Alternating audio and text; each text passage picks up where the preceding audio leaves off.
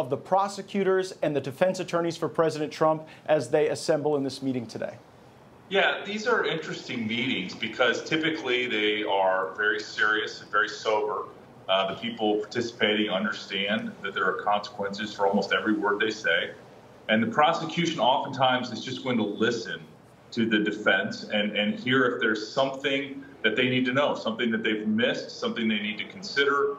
It's a kind of way for the defense to get one last chance to plead their case. And again, typically the government isn't persuaded. I've seen it a time or two where something has come up that the government hadn't considered. But, in this case, it seems like Jack Schmitt is ready to proceed with his January 6th case. But, maybe the president's lawyers did make some good points, especially around the First Amendment and what Stephen was saying on the Presidential Electors Act. Mike Johnson, we're getting this breaking news now. New charges, a new defendant, even going after the maintenance guy. You and I saw during the Russia hoax the use of these obstruction charges to try to make a case where an underlying criminal offense did not exist. What's your reaction now to this old tool of the Department of Justice being used yet again in this additional charging document? Well, forgive us and all of our constituents if they don't put any weight or credibility into what Jack Schmitt is doing here. I mean, this is just another card played in this big game.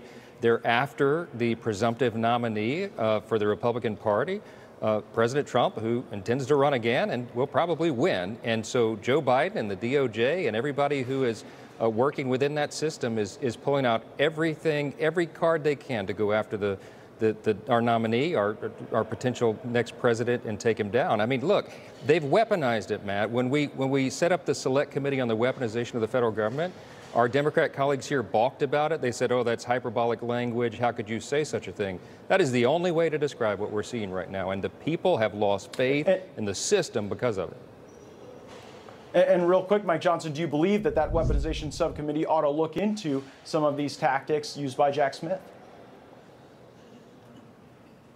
Well, I think Mike so. Johnson, I mean, ultimately, it's the Department of Justice itself. Yes. Can you hear me? I don't know. I might have. Yeah. So look, I got Matt, you. Go right ahead. Look, this is Merrick Garland's leadership. Yeah.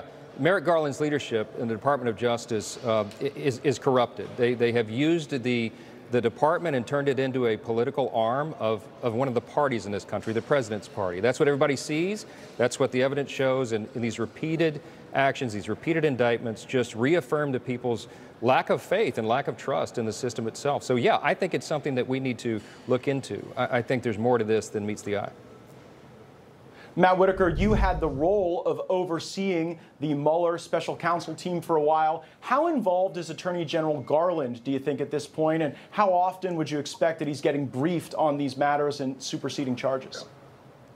Yeah, I expect that he is being briefed. I expect that he's engaged. While I don't think he's necessarily on a day-to-day basis, involved, he is certainly, by appointing the special counsel and by directing him to essentially prosecute Donald Trump. I mean, that is Merrick Garland's wishes. He wants Donald Trump to be prosecuted, and he gave him 2 charges. He said, look at the documents at Mar-a-Lago, and please look at the January 6th situation. And, to me, I think special counsels are incredibly dangerous. And remember, Matt, the other thing that needs to be said is all of this is happening in the context of Hunter Biden's case is falling apart. Joe Biden, the heat around him, and the water is getting hotter around him. And every time we see the special counsel or DOJ leak something or take additional action.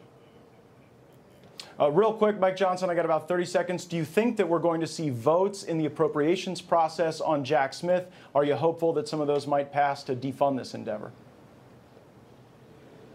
Well, I hope so. We have the power of the purse. That's really the largest tool we have in the toolbox right now, and I expect that we'll use it. We need to. I can tell you, you and I both know, the people back home are demanding accountability, and we have to provide it. That's our job here. That's our responsibility.